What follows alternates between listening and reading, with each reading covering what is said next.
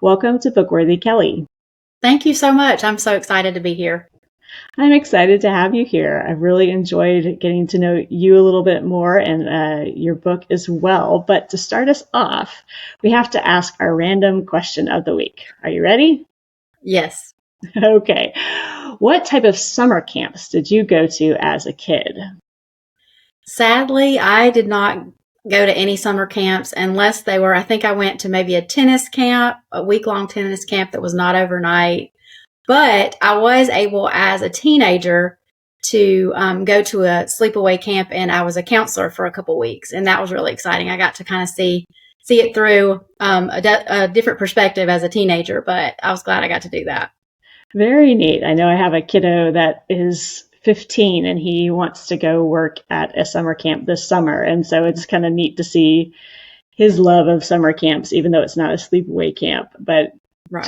he just loves that environment, that energy and the excitement that comes at camp. So I love that. I know for me growing up, my parents tried to get me to stop liking horses because I loved horses as a kid. And so they thought sending me to horse camp I would have to muck stalls and wash horses and do all the hard work that would just totally steer me away. Let's just say I went to that horse camp for like the next 5 years. So it did not work. That's great. But that's the fun part of summer is just experiencing new things, whether it's like a tennis camp or just small. I know we've done like community camps in our neighborhood just to do some fun things together, to get to know some of the kids in our neighborhood. And so I love the summertime that it just gives you time to try new things and relax a little bit. Right. To breathe a little bit, right? Yes, to breathe. Yes, that's a great way to put it. Well, Kelly, why don't you tell us a little bit about your book? Well, The Beautiful Story Within Me is a picture book. I really, really wanted it to be for all ages.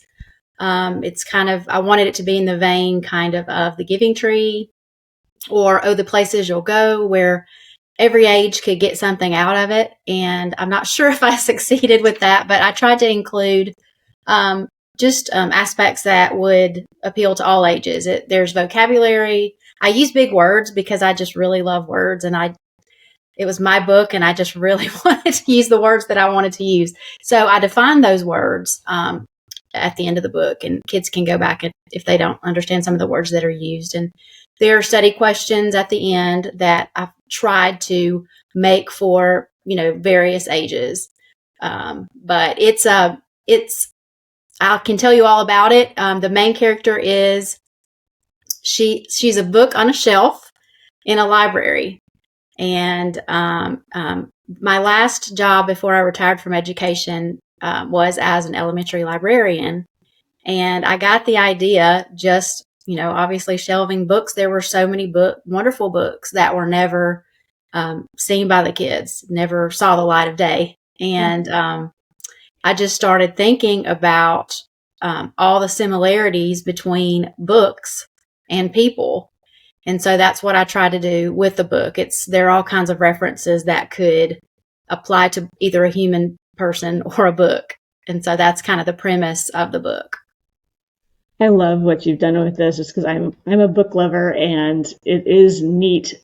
My husband makes the joke, why do I keep all these books? It's like, well, they're like a friend that I traveled with, that we experienced something together, and they do have that draw, and they do become their own personality in a sense. But you've also bring into a little bit of a gospel message into this book as well. Can you tell us about that?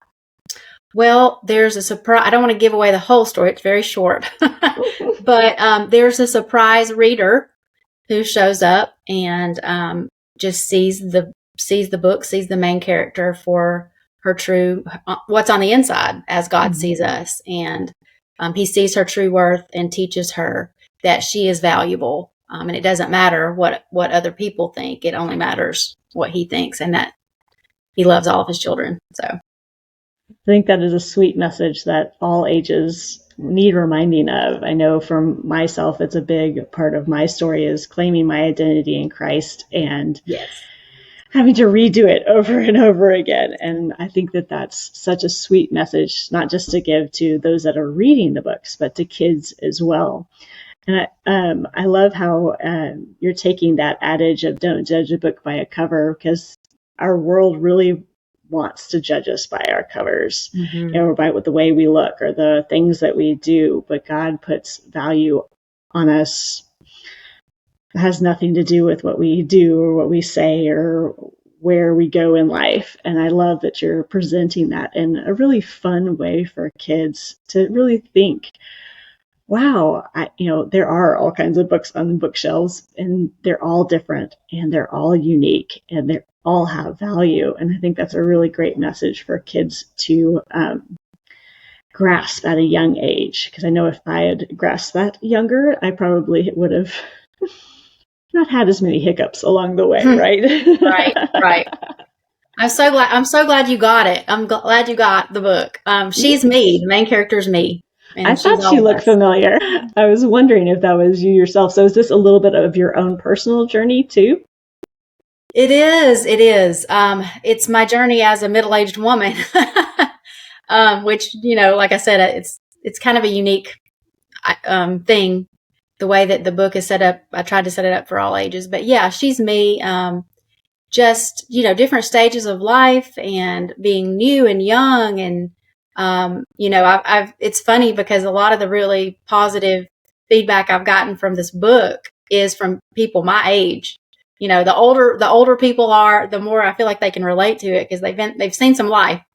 And yeah, she's definitely me. I incorporated, also, I've sent my illustrator books of my kids. They're grown now, but I sent the illustrator pictures of my kids, and so that he could include them. So they're in the book, little, illustrations of them. And the gray cat is our family cat, Chester, that we adored. I included him for several reasons, to honor Chester because we love him so much. But when I was a librarian, the kids loved any story that had an animal in the library.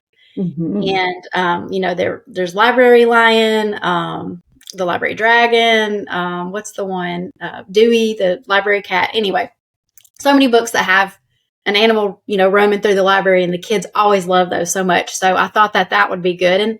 And two, we love our pets because they don't care if we're having a bad hair day. They don't care what we look like on the outside.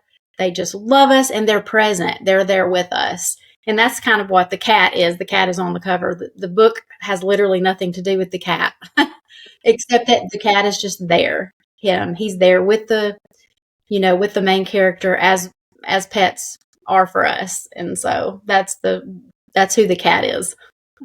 Those are sweet little nuggets. I love that. And kids really do latch on to characters that are of the animal variety, just because they're interesting, and you can do things with a cat that you couldn't do with a person. Right. A lot of times they could be standing on top of the bookshelf, and which would not look so good if a kid was standing on top of the bookshelf. But I love that you've done that. Well, Kelly, tell us a little bit about your writing journey. When did you start writing?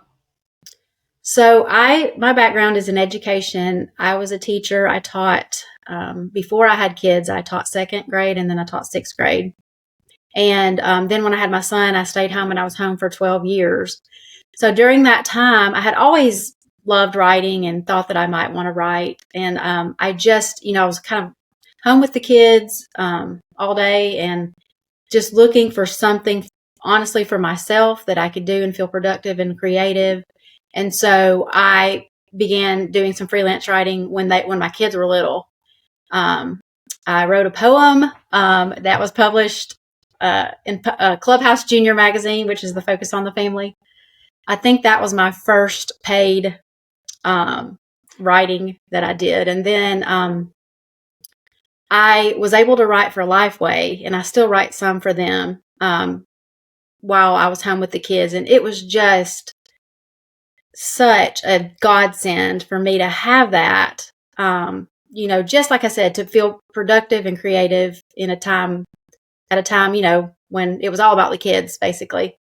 And so I started with Lifeway and have done lots of different things with them over the years, and still do a little bit of work for them. But that's been the crux of my writing. I've contributed lots of stories and devotions to compilations, and I've had some things published online, but just a little bit of a lot of different things, a lot of different kinds of writing. And then so I felt like with this book, it was time to write my own book.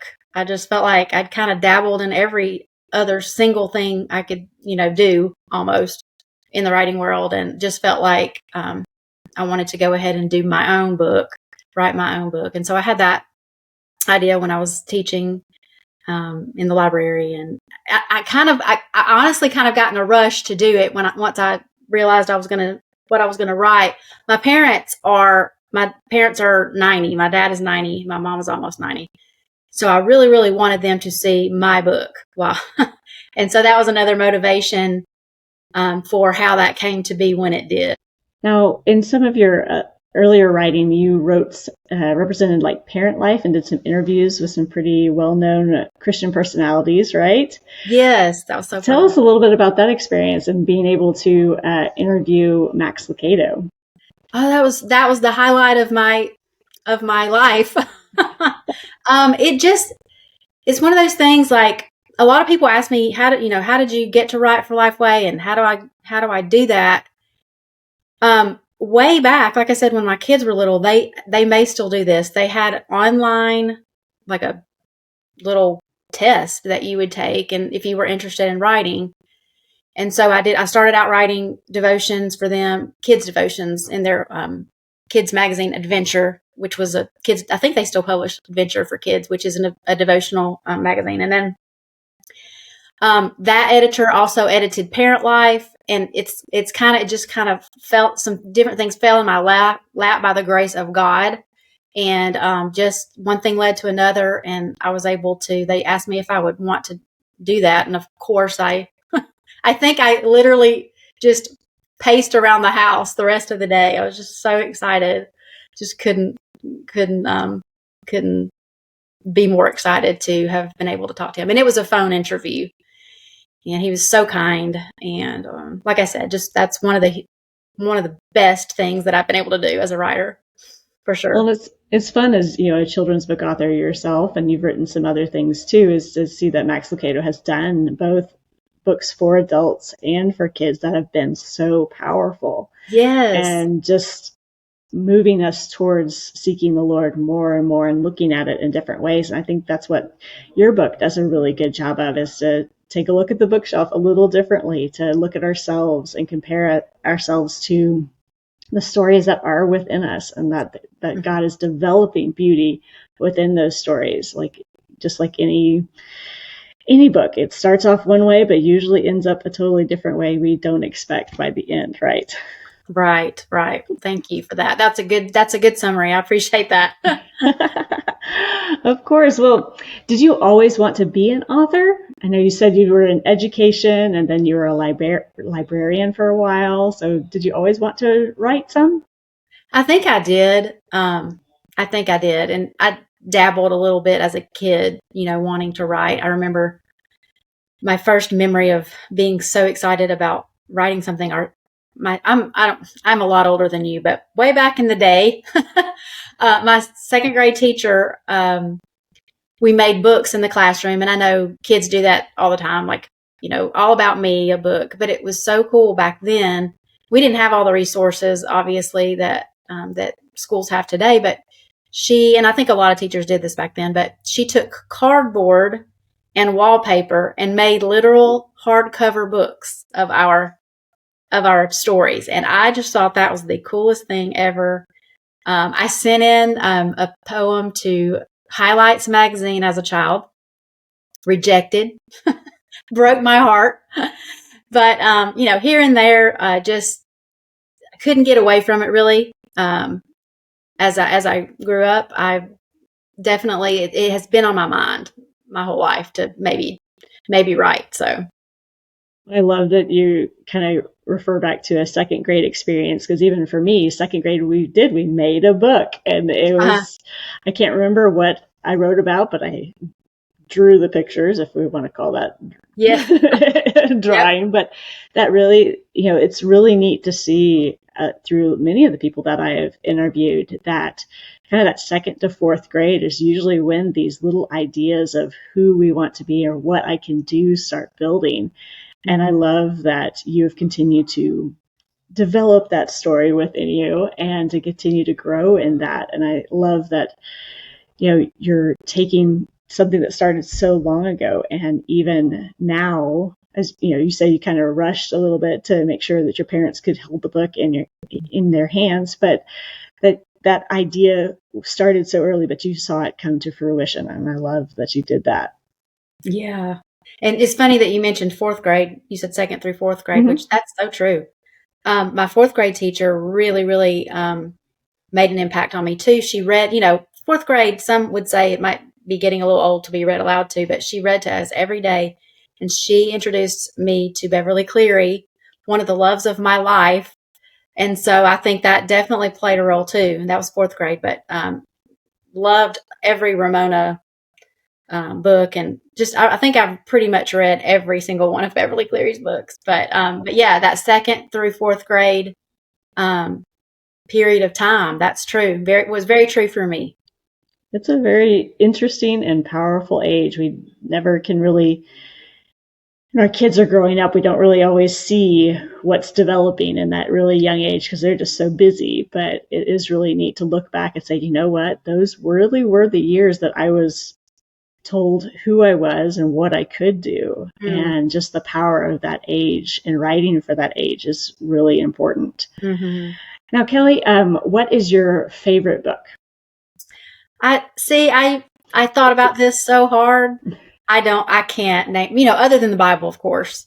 I like a lot of different kinds of books. I'm not a huge nonfiction lover, except I love biographies. But I love a good mindless fiction book where I don't have to think too much.